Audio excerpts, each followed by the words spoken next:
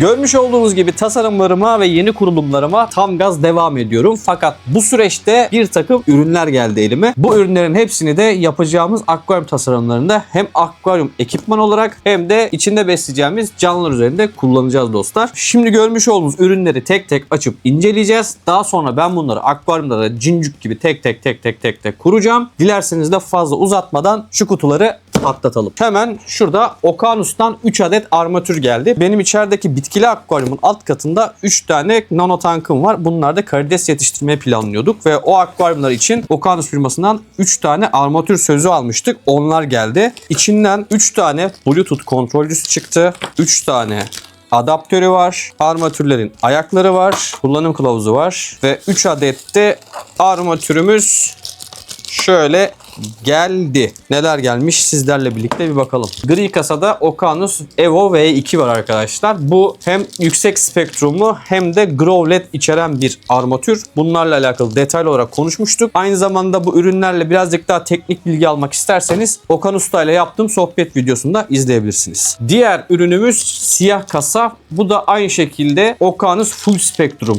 armatürümüz ve diğeri de Grow armatürümüz. Biri Grow, biri Full Spectrum, diğeri de Evo versiyon 2. Bu ürünlerin hepsinin içindeki LED dizilimleri farklı. Buradan da Okeanus'a tekrardan teşekkürlerimi iletiyorum. Tabii arkamda görmüş olduğunuz şu armatürler de Okeanus. Bu arada ürünleri kronolojik olarak sıralıyorum. Hani hangisi bana ilk geldi ona göre sıralayacağım. Bir diğer kutumuz Reflowers'tan geldi. Tahmin edebiliyor musunuz içinde ne var? Hemen patlatıyorum abi.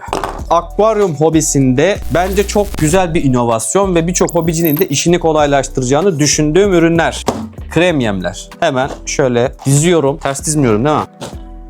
Bu görmüş olduğunuz kutuların içinde krem yemler var ve bütün akvaryum canlıları için ayrı ayrı oluşturulmuş özel formüllerle yapılmış. Size bunlardan bahsedeyim. Burada iki farklı seçeneğimiz var. Biri tuzlu su balıkları için ki onları hemen şöyle ayırayım. Ya şimdi burada şöyle bir şey var. Dur lan yanlış oldu. Reflowers'ın burada görmüş olduğunuz iki farklı ürün gamı var aslında. Biri Marine serisi, biri Freshwater serisi. Marine serisi anlayacağınız üzere tuzlu su canlıları için. Bu ürünler hakkında içeriğine bakarak tatlı su canlılarında kullanabilir miyim? Hem firmaya danışıp oradan fikir alacağım. Olmadı böyle balıklar üstünde küçük deneme yapacağım. Hatta pet shop'a gidip tuzlu su balıklarında da bunları deneyip videolarını çekeceğim. Aslında benim en çok merak ettiğim ürün bu. Protein ağırlıklı krem yem. Şimdi ben bu ürünlerin içeriğine bakmadım. Bir tanesini açıp bile şu ana kadar balıklarımda kullanmadım. Fakat Kaan abi ve birkaç içerik üreticinin videosunu izledim. Verim aldığını söylüyorlar. Fakat bu ürünlerle yavru gelişimini nasıl destekleriz çok merak ediyorum. Bu ürünler gerçekten vaat ettiği performans sergiliyorsa biz akvaryumda beslediğimiz canlıları canlı yemler kullanmadan bu krem yemlerle de büyütüp boylandırıp çoğaltabileceğiz yani. Bu beni çok heyecanlandırıyor. Hatta direkt içeriğine bakayım. Protein oranı neymiş? Protein oranı %10.3 mü? Minimum. Niye protein oranı bu kadar az yazıyor onu anlamadım. Minimum %10.3 diyor da maksimum kaç? Onu anlayamadım. Yani bunu denemeden net bir şey söyleyemeyeceğim açıkçası. Birazcık şüphelenmedim değil. Bunu sulandırıp böyle beta yavrusu gibi, Ramirez'i gibi bazı canlıların biliyorsunuz yavruları çok küçük oluyor. Artemia yiyemeyecek boyuttalar. O yüzden bu tarz yemleri sulandırıp böyle bir pipetle falan canlı beslemek çok kolay olur diye düşünüyorum. Buradan da Reflowers'a çok teşekkür ediyoruz. Bu ürünleri ben gerçekten sonuna kadar değerlendireceğim abi. Beni biliyorsunuz incik cincik cepte. Sonracığıma bu ürünleri ben kendim aldım.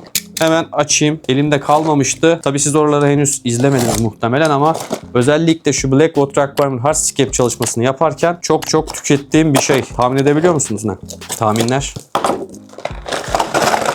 Tabii ki yapıştırıcı. Son yaptığım çalışmada Patex'in Pro Power ürününü kullanıyorum arkadaşlar. Çok memnunum. Yani çok kuvvetli bir yapıştırıcı. Bazı hızlı yapıştırıcılar biliyorsunuz birazcık daha koyu. Yani akışkan değil. Bizim Japon yapıştırıcısı dediğimiz usulle bir yapıştırıcı. Aynı zamanda bunu dondurucu spreyle de kullanabiliyoruz. O da bir avantaj ve gerçekten de benim memnun kaldığım yapıştırıcılar. Suya herhangi bir salınımları yok bu tarz yapıştırıcıların biliyorsunuz. Sadece yaptığınız çalışmayı bir yıkasanız iyi olur. 2, 4, 6, 8, 10 tane yapıştırıcı aldım. Bir de tasarım yaparken bu yapıştırıcı kullanmak için şöyle uçlar kullanıyoruz. Bunu bazılarınız bulamadığını söylemiş fakat bulunuyor yani. Bu muhtemelen mikro yapıştırıcı ucu diye geçiyor. Yanlış hatırlamıyorsam. Hemen göstereyim bu arada size ki Mesela bu yapıştırıcı diyelim, tamam mı?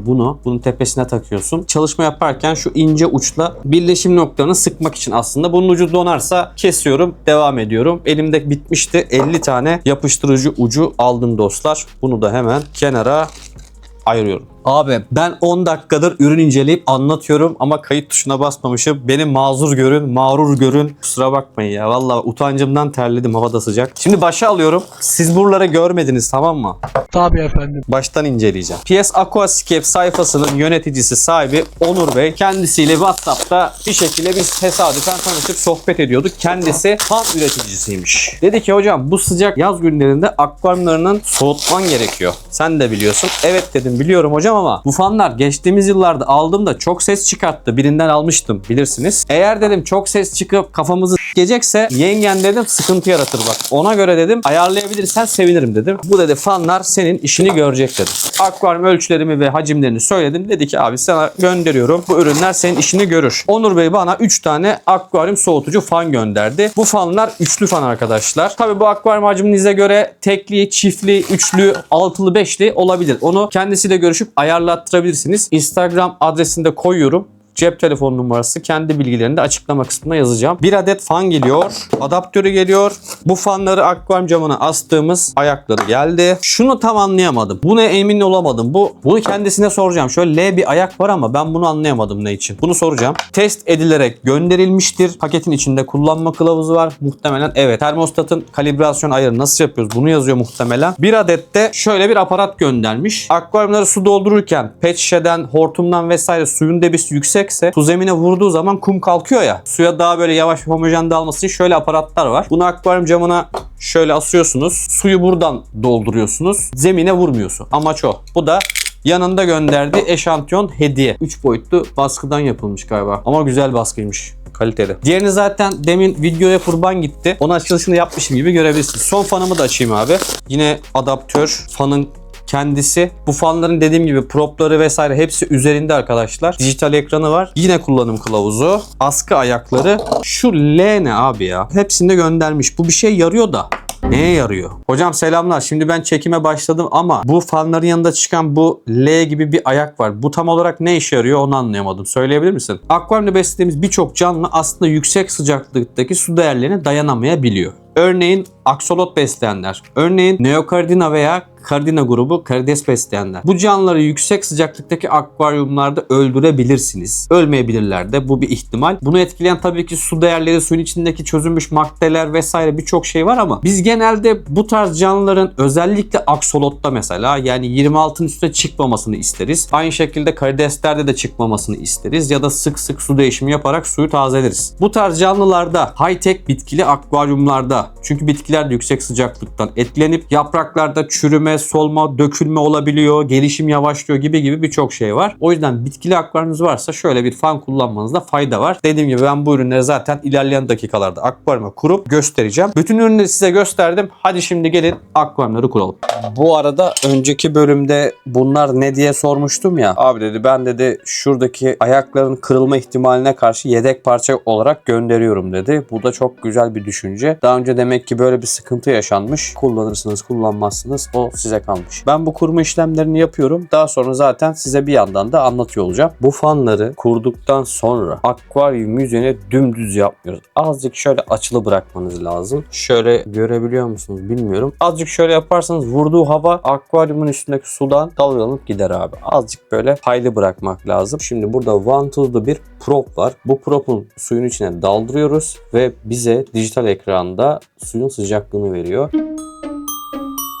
Armatürlerimi şu an sıraladım. Evo V2 birinci tarafta, Full Spectrum ikinci bölmede, Grow'da üçüncü bölmede olacak. Şu an bunları böyle yapacağım. Daha önceki videoda göstermiş olduğum paslanmaz köşe bentlerimi önce armatürlerin kafalarına, daha sonra da buranın üstüne sabitleyeceğim. Fakat burada dikkat etmem gereken bir şey var. Şuradaki parçanın kalınlığı. Eğer uzun bir vida atarsam akvaryuma gider patlatır. O yüzden atacağım vida boyunun şunu geçmemesi lazım. Şimdi onu ayarladım. Bunlar armatürlerin kafasına gidecekler. Bunlar da yukarıya atacağım vidalar. Şimdi armatürlerimi açıyorum. Tek tek altlarına monteliyorum. Daha sonra devam ediyoruz.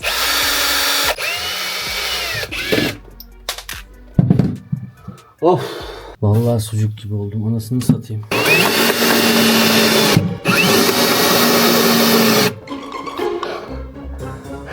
Daha bir tane taktık.